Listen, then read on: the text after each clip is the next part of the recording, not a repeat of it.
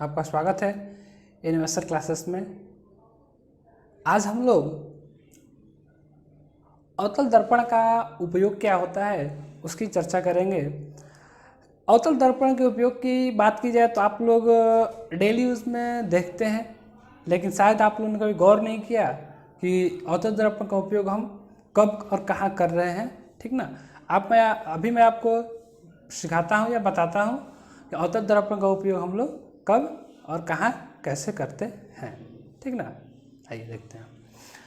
अवतल दर्पण का देखा जाए तो 4 उपयोग हैं महत्वपूर्ण। अवतल दर्पण का जो पहला उपयोग होता है, प्रकाश की तेज किरण पुंजों को पाने के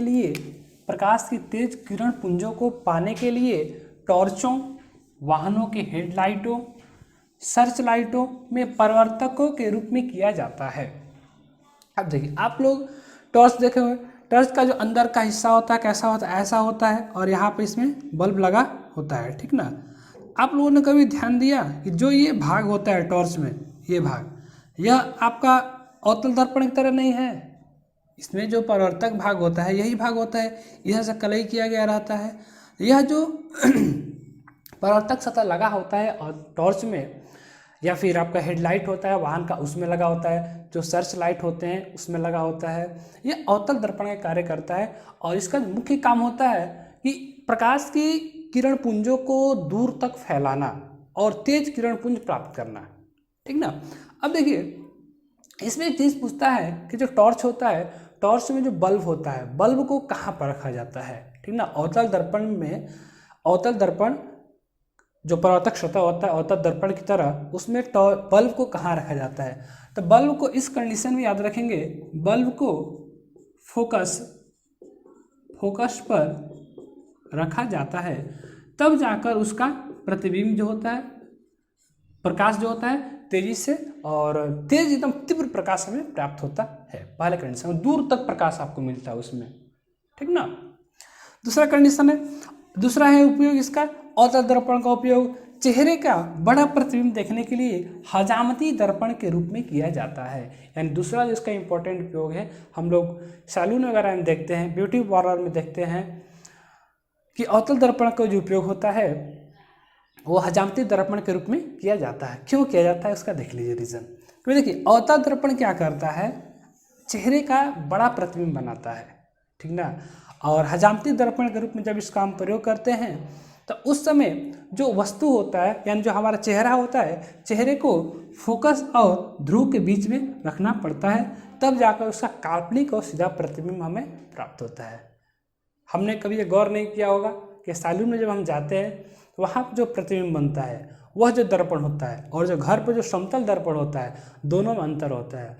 वहाँ पर दाहिनी चीज़ें दाहिनी तरफ दिखाई देती हैं, बाएं वाला भाग बाएं तरफ दिखाई देता है, लेकिन घर पर क्या होता है, उल्टा दिखाई देता है, पार्श्विक उल्टा दिखाई देता है, क्योंकि यह समतल दर्पण होता है। ठीक ना। तो अवतल दर्पण में ध्यान रखेंगे, हजामती दर्पण जो होता है जब, तो इसमें हम लोग चेहरे को क्या करते हैं, फोकस और ध्रुव के बीच रखते हैं, ताकि उसका बड़ा और काल्पनिक प्रतिबिंब बने, और जो दाढ़ी बनाया जाए वो आपका बहुत ही चिकना हो जाए। ठीक ना। नेक्स्ट, अवतल दर्पण का उपयोग डॉक्टरों द्वारा भी किया जाता है। डॉक्टरों द्वारा रोगियों के दांत, नाक, कान, गला आदि की जांच के लिए इसका उपयोग किया जाता है। ठीक ना। और इस कंडीशन में भी ध्यान रखेंगे, जो दांत हुआ, नाक हुआ या कान है, जो जिस भाग को चेक करना होता है उस भाग को डॉक्टर लोग क्या करते हैं, फोकस और ध्रुव के बीच रखते हैं, तब जाकर उसका काल्पनिक और बड़ा प्रतिबिंब हमें या डॉक्टर को दिखाई देता है। और चौथा जो उपयोग है, सौर भट्टियों में गर्म करने हेतु सूर्य की किरणों को फोकस करने के लिए भी अवतल दर्पण का उपयोग किया जाता है। ठीक ना। जो सौर भट्टियाँ होती हैं उसमें बड़े बड़े अवतल दर्पण लगाए जाते हैं, जो कि सूर्य से आने वाली प्रकाश की किरणों को एक बिंदु पर फोकसित करते हैं, जिससे कि गर्मी प्राप्त होती है, और उस गर्मी से बहुत सारे उपयोग में लाए जाते हैं, उपयोग किया जाता है उसका। ठीक ना।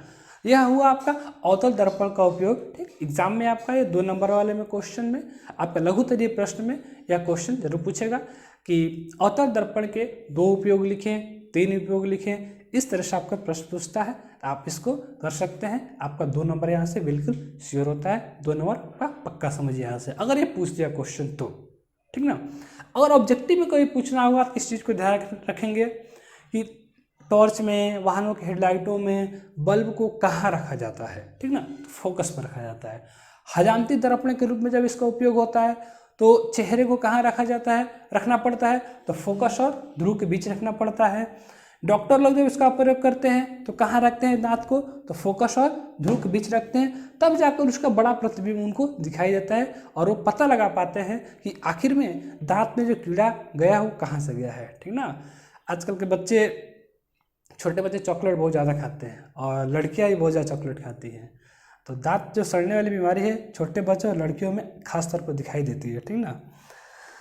खैर अभी तो लॉकडाउन है, ये सब चीज़ें बंद हैं, फिर भी सौर भट्टियों में इसका उपयोग होता है सूर्य किरणों को फोकस कर, ठीक ना, गर्म करने के लिए, ठीक। इसको याद रखिएगा। धन्यवाद।